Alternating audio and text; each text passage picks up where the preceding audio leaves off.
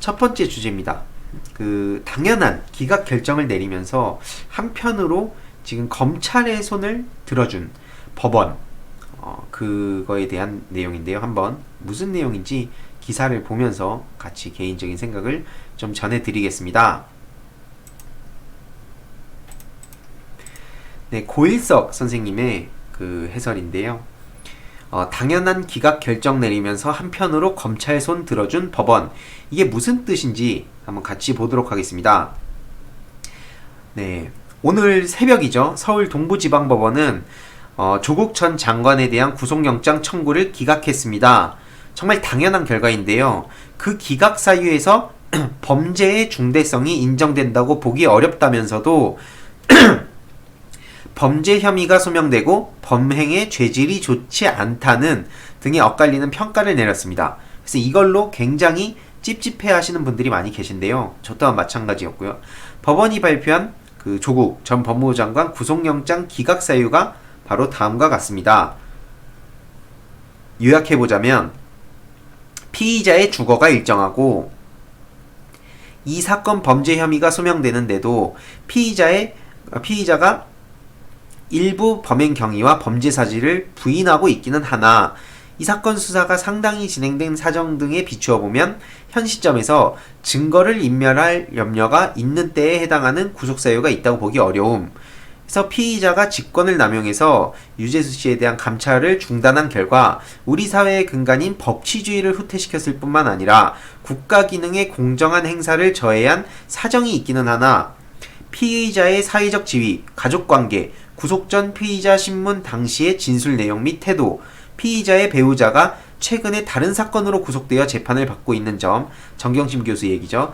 범행 당시 피의자가 인식하고 있던 유재수의 비위 내용, 유재수가 사표를 제출하는 조치는 이루어졌고 피의자가 개인적인 이익을 도모하기 위하여 이 사건 범행을 범한 것으로 보이지 않는 점 등에 비추어 구속하여야 할 정도로 범죄의 중대성이 인정된다고 보기 어려운 점을 종합해보면 도망의 염려가 있는 때에 해당하는 구속사유가 있다고 볼 수도 없음. 그래서 결국 현 단계에는 피의자에 대한 구속사유와 그 필요성, 상당성을 인정하기 어려움. 이 얘긴데요. 이게 굉장히 어렵습니다. 이렇게 보면.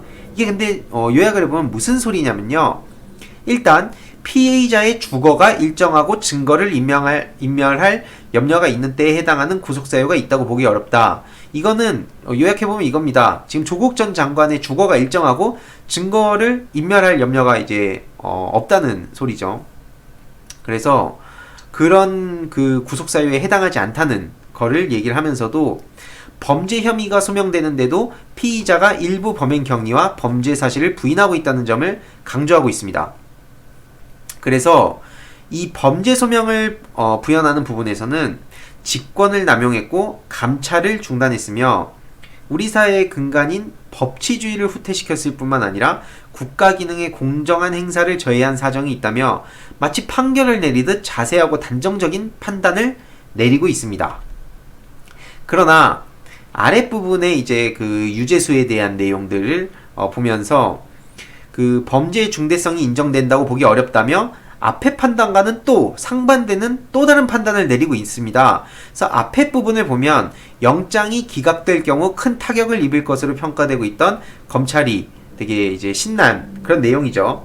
뒷부분은 조국 전 장관 측이 가슴을 쓸어낼 수 있는 내용입니다. 즉 요약해보자면 검찰이 환호할 만한 내용 일부, 그 다음에 조국 전 장관 측이 환호할 만한 내용 일부, 이거를 짬뽕시켜서 썼다는 겁니다. 그래서 증거인멸과 도주 우려 여부는 영장 발부 혹은 기각 여부를 결정하는데 가장 중요하고 기본적인 요소입니다.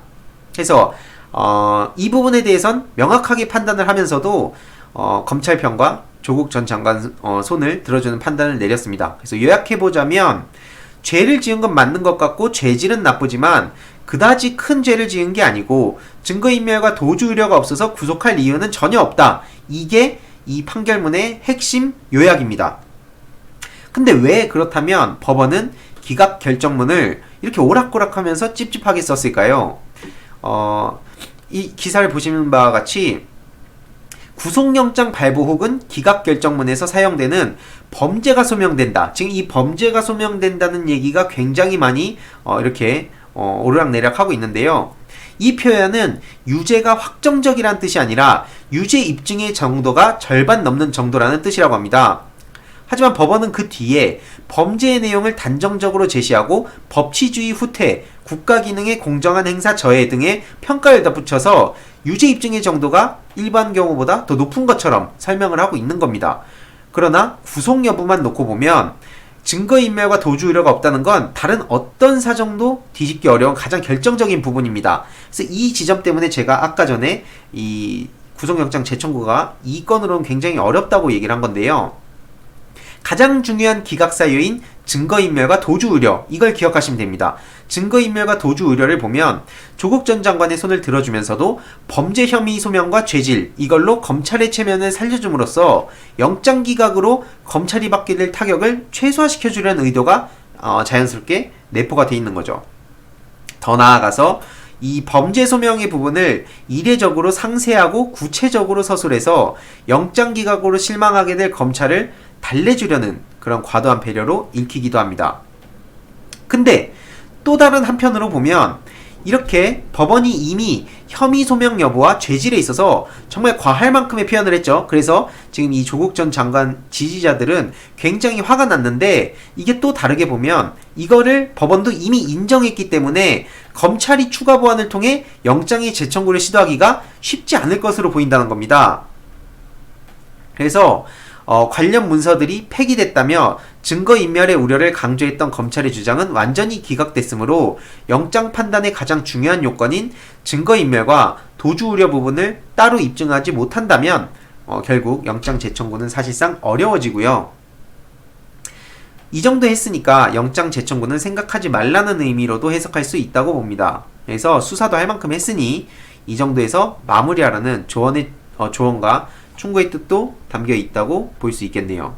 근데 법원이 이렇게 오락가락하면서 그 검찰에게 절반의 승리를 선언해 준 것도 맞는데요. 결국 이 그 정치적 선전전과 여론전으로 변질돼 버린 조국 전 장관 일가 수사 및 재판에 있어서 공세를 이어나갈 수 있는 최소한의 빌미를 마련해 준 셈이기도 합니다. 벌써 언론들은 범죄 소명을 앞세워서 보도하고 있죠. 일부 범행 경위와 범죄 사실을 부인하고 있다고 한 부분과 법치주의 후퇴와 국가기능의 공정한 행사 저해를 언급한 부분을 죄질이 나쁘다로 단정적으로 뭉뚱그려 표현하고 있습니다. 그래서 앞으로 진행될 조국 전 장관에 대한 여론전의 방향을 가능케 해주는 부분인데요. 이걸 보더라도 언론이 앞으로 어떤 식으로 기사를 써서 조국 전 장관을 계속 흔들지를 쉽게 알 수 있습니다. 결국 범죄의 중대성이 인정되지 않는다고 한 법원의 그 영장 기각 결정문을 보더라도 감찰 종결을 직권남용으로 몰고 가려는 검찰의 의도는 그 뜻을 이루기 쉽지 않아 보이죠. 그래서 재판 준비 기일에서부터 검찰이 제시한 혐의 입증이 허점투성이인 것을 확인하고 있는 점을 감안하면 조국 전 장관 재판 과정에선 더 큰 허점을 보일 것으로 전망되죠. 이 앞에 말씀드렸던 재판 준비 기일에서 그 허점투성이인 건 바로 정경심 교수 이제 재판 과정을 뜻합니다. 최민희 의원이 이 페이스북에 글을 올렸는데요. 조국 그 영장 기각 언론 왜곡 방향, 그래서 죄질 나쁘나 혹은 범죄 혐의 소명, 이 죄질과 범죄 혐의 소명 이 두 가지가 가장 큰 키워드인데요. 이게 그래서 정경심 교수를 고려해서 봐준 것이라면서 계속 왜곡을 시키고 있는데, 핵심은 이겁니다. 중대한 범죄라고 인정하기 어렵다. 이게 바로 기각의 핵심 사유고, 또 증거인멸 및 도주 우려가 없다. 그래서 이 이유로 기각이 됐다라는 거를 기억을 하시면 될 것 같습니다. 그리고 이 죄질이 나쁘다라는 말은 지금 굉장히 많은 얘기가 지금 나오고 있는 상황인 걸로 저는 알고 있습니다. 근데 이거 관련해서도 지금 여러 가지 얘기들이 있습니다. 근데 제가 잠시만요. 이 죄질을 언급한 거는 그 권덕진 영장 전담 부장판사가 그 직접 작성한 그 언론용 보도자료라고 합니다. 그래서 이 언론의 그 보도자료로 낸 거랑 이 기각사유 전문이랑 비교해 보면 이게 한마디로 보도자료와 그 전문의 차이라고 보시면 될 것 같고요. 일단 요 첫 번째 주제인 이 내용도 제가 따로 편집해서 여러분들께 공유를 드리도록 하겠습니다.